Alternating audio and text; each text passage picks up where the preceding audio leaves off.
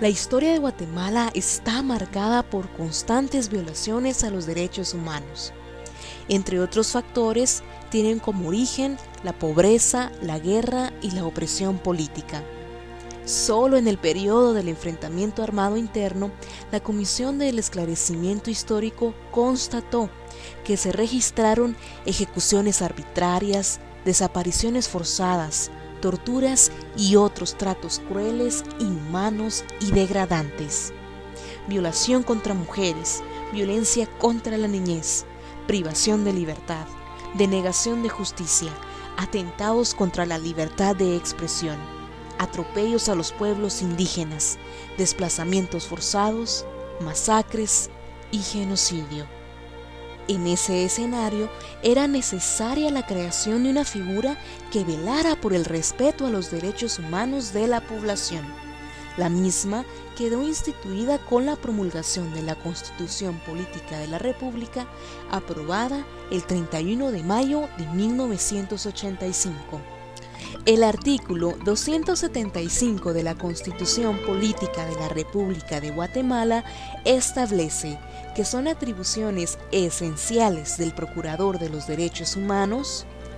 promover el buen funcionamiento y la agilización de la gestión administrativa gubernamental en materia de derechos humanos, investigar y denunciar comportamientos administrativos lesivos a los intereses de las personas,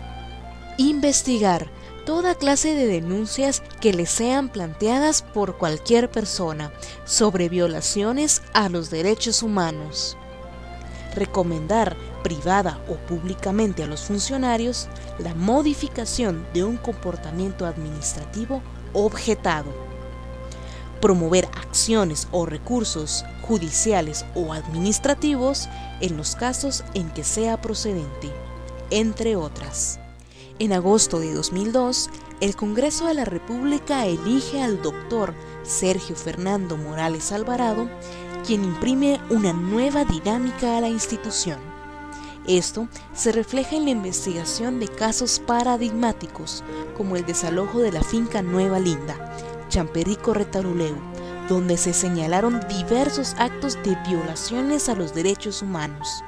ejecuciones extrajudiciales, torturas, tratos crueles, inhumanos y degradantes,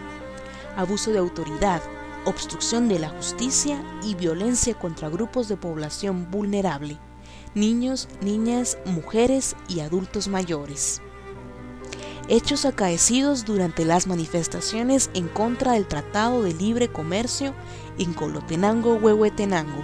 donde se estableció violación al derecho humano a la vida, la integridad, al derecho de reunión y a la libertad de expresión. Muertes violentas de mujeres entre los años 2003 y 2005, en el cual, a partir de la información proporcionada por la Policía Nacional Civil, se documenta el dramático aumento de homicidios de mujeres en un periodo de 2 años. En ese lapso, los homicidios contra las féminas se incrementaron un 63.41%. Diversos informes en los cuales se han señalado las debilidades del sistema de justicia de los entes investigadores, pero principalmente las violaciones a los derechos humanos de los guatemaltecos y las guatemaltecas se han presentado hasta la fecha.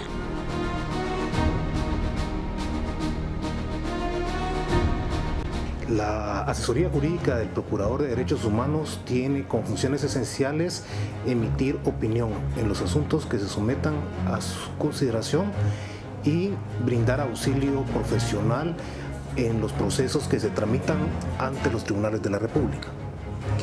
Respecto a esta última, es pertinente mencionar que, de conformidad con el inciso F del artículo 275 de la Constitución Política de la República de Guatemala,